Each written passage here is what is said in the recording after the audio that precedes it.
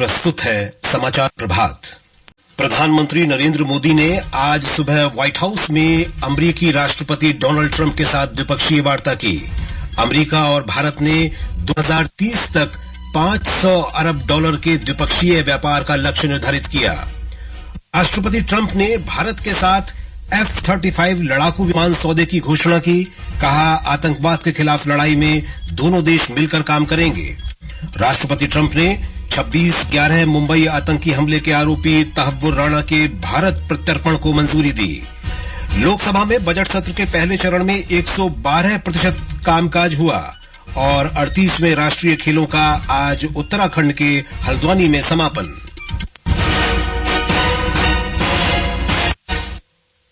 समाचार प्रभात के साथ मैं विशाल शर्मा। प्रधानमंत्री नरेंद्र मोदी ने कहा है कि भारत और अमेरिका ने वर्ष 2030 तक द्विपक्षीय व्यापार को दोगुना कर $500 अरब करने का निर्णय लिया है। आज वाशिंगटन डीसी में व्हाइट हाउस में अमेरिकी राष्ट्रपति डोनाल्ड ट्रंप के साथ द्विपक्षीय वार्ता के बाद संयुक्त संवाददाता सम्मेलन में उन्होंने ये बात कही। श्री मोदी ने कहा कि भारत और अमेरिका रणनीतिक साझेदारी को आगे बढ़ाना जारी रखेंगे। उन्होंने कहा कि दोनों देशों के बीच सहयोग और सहभागिता एक बेहतर विश्व के निर्माण में सहायक हो सकती है। श्री मोदी ने कहा कि दोनों पक्ष रणनीतिक प्रौद्योगिकी का उपयोग करते हुए संबंधों को सुदृढ़ करेंगे।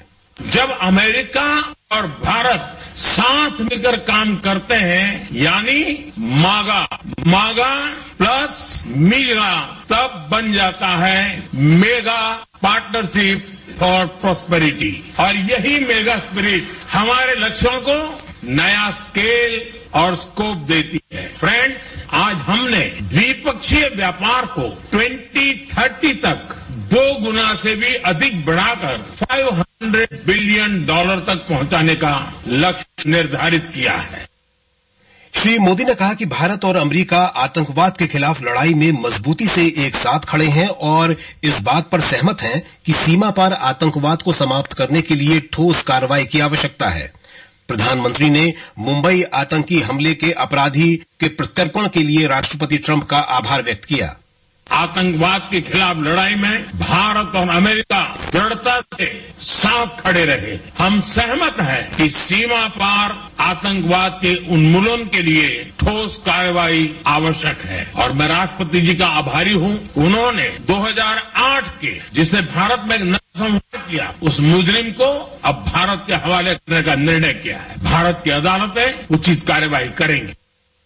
प्रधानमंत्री ने कहा कि राष्ट्रपति ट्रंप ने अपने कार्यकाल में भारत अमेरिका संबंधों को बढ़ावा दिया। अमेरिका में भारतीय समुदाय इस क्षेत्र में महत्वपूर्ण कड़ी के रूप में काम करता है। श्री मोदी ने घोषणा की कि भारत लॉस एंजल्स और बोस्टन में नए वाणिज्य दूतावास खोलेगा।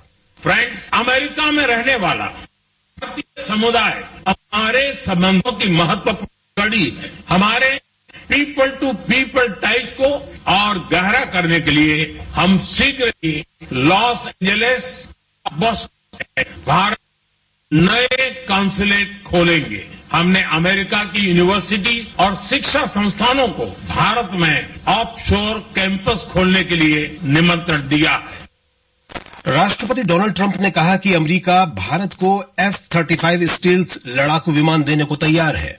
Starting this year, we'll be increasing military sales to India by many billions of dollars. We're also paving the way to ultimately provide India with the F-35 stealth fighters.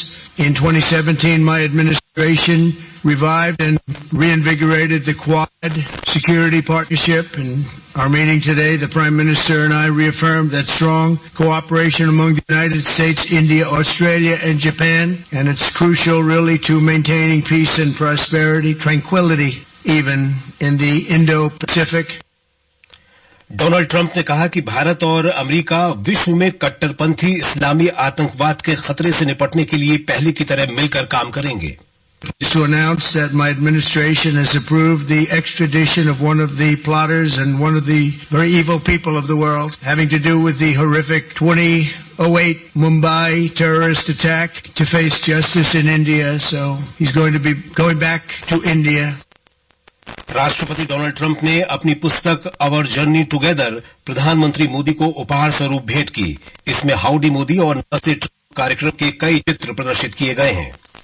विदेश सचिव विक्रम मिस्री ने कहा है कि राष्ट्रपति डोनाल्ड ट्रंप के दूसरे कार्यकाल के शपथ ग्रहण के 3 सप्ताह के भीतर ही प्रधानमंत्री नरेंद्र मोदी की अमेरिका यात्रा इस बात का संकेत है कि दोनों नेता भारत अमेरिका संबंधों को प्राथमिकता देते हैं।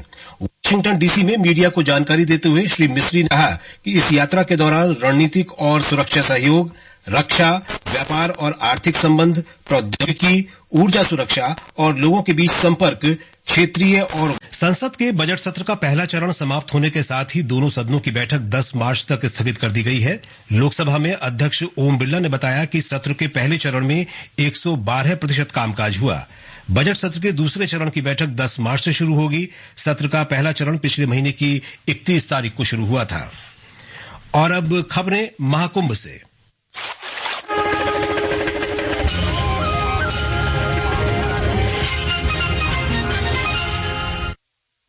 उत्तर प्रदेश सरकार ने महाकुंभ को अद्वितीय और अविस्मरणीय बनाने के लिए कई विशेष आयोजन किए हैं। फाल्गुन मास में त्रिवेणी तट पर सांस्कृतिक, पर्यावरणीय और बर्ड फेस्टिवल का आयोजन किया जाएगा। त्रिवेणी, सरस्वती और यमुना पंडाल पर आज से सांस्कृतिक गतिविधियां प्रारंभ होंगी। एक रिपोर्ट।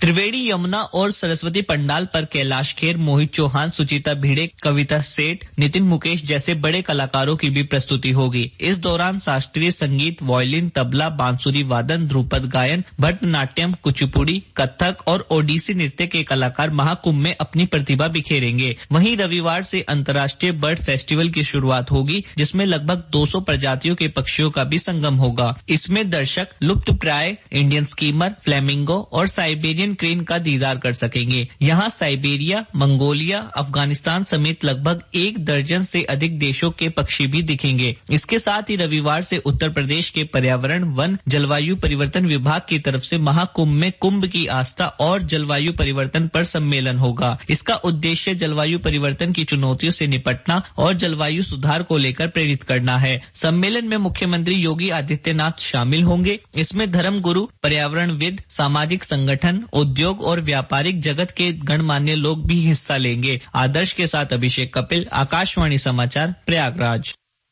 प्रसार भारती के अध्यक्ष नवनीत सहगल ने कहा है कि कुंभवाणी स्टेशन पर महाकुंभ का प्रसारण प्रसार भारती के सटीक और विश्वसनीय सूचना प्रसारित करने के उद्देश्य को दर्शाता है। श्री सहगल ने कल संगम में पवित्र स्नान डुबकी लगाने के बाद प्रयागराज में कुंभवाणी रेडियो स्टेशन पर एक कार्यक्रम को संबोधित करते हुए ये बात कही। हमारा पूरा जो प्रसार भारती का पूरा नेटवर्क है, हमारा जो उद्देश्य है वो यही है कि हम सच्ची, सही चीज, सही जानकारी आम जन तक पहुंचाएं।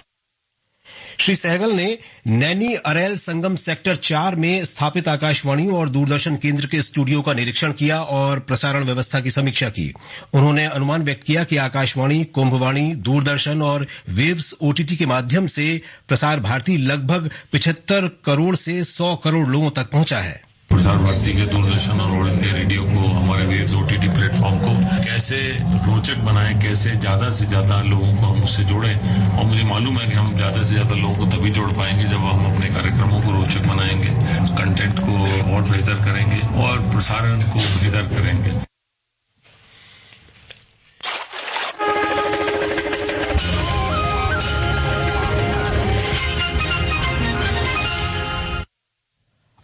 में राष्ट्रीय खेलों का समापन आज उत्तराखंड के हल्द्वानी में होगा। केंद्रीय गृह मंत्री अमित शाह समापन समारोह में मुख्य अतिथि होंगे।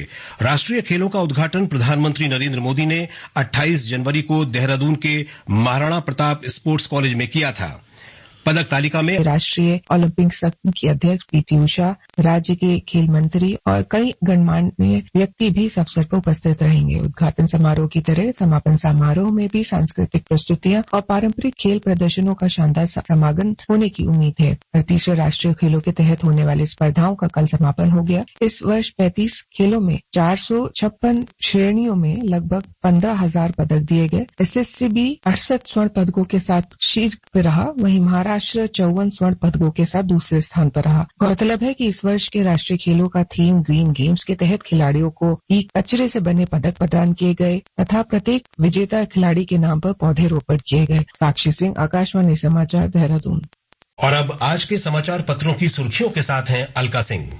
धन्यवाद विशाल। प्रधानमंत्री नरेंद्र मोदी की अमेरिका यात्रा आज के सभी अखबारों के मुख्य पृष्ठ पर है। नवभारत टाइम्स की सुर्खी है, पहली आधिकारिक बैठक में प्रधानमंत्री ने अमेरिका की राष्ट्रीय खुफिया निदेशक तुलसी गवार्ड से की मुलाकात। वहीं दैनिक भास्कर ने लिखा है, अमेरिका के राष्ट्रीय सुरक्षा सलाहकार माइकल वॉल्स के साथ स्मॉल मॉड्यूलर न्यूक्लियर रिएक्टर और डिफेंस फ्रेमवर्क पर हुई चर्चा। वक्फ संशोधन विधेयक पर संयुक्त संसद समिति की रिपोर्ट संसद में रखे जाने को भी अखबारों ने सुर्खी बनाया है। अमर उजाला ने लिखा है, हंगामे के बीच वक्फ पर जेपीसी रिपोर्ट पेश। लोकसभा में नया आयकर विधेयक पेश, कई महत्वपूर्ण बदलाव किए गए। राजस्थान पत्रिका लिखता है, नए बिल में पुराने गैर जरूरी प्रावधान हटाए गए। मणिपुर में राष्ट्रपति शासन लगाए जाने को भी अखबारों ने प्रमुखता से दिया है। दैनिक जागरण की सुर्खी है, सामुदायिक हिंसा से जूझ रहे मणिपुर में राष्ट्रपति शासन। रिजर्व बैंक की ब्याज दर में कटौती के बाद आवास ऋण लेने वाले ग्राहकों के लिए राहत भरी खबर हिन्दुस्तान के बिजनेस पन्ने पर है। 6 प्रमुख बैंकों ने होम लोन की ब्याज दरें घटाई। धन्यवाद अलका। और अब अंत में मुख्य समाचार एक बार फिर। प्रधानमंत्री नरेंद्र मोदी ने आज सुबह व्हाइट हाउस में अमेरिकी राष्ट्रपति डोनाल्ड ट्रंप के साथ द्विपक्षीय वार्ता की। अमेरिका और भारत ने 2030 तक $500 अरब के द्विपक्षीय व्यापार का लक्ष्य निर्धारित किया। राष्ट्रपति ट्रंप ने भारत के साथ F-35 लड़ाकू विमान सौदे की घोषणा की। कहा, आतंकवाद के खिलाफ लड़ाई में दोनों देश मिलकर काम करेंगे। राष्ट्रपति ट्रंप ने 26/11 मुंबई आतंकी हमले के आरोपी तहव्वुर राणा के भारत प्रत्यर्पण को मंजूरी दी। इसके साथ ही समाचार प्रभात का ये अंक समाप्त हुआ। नमस्कार।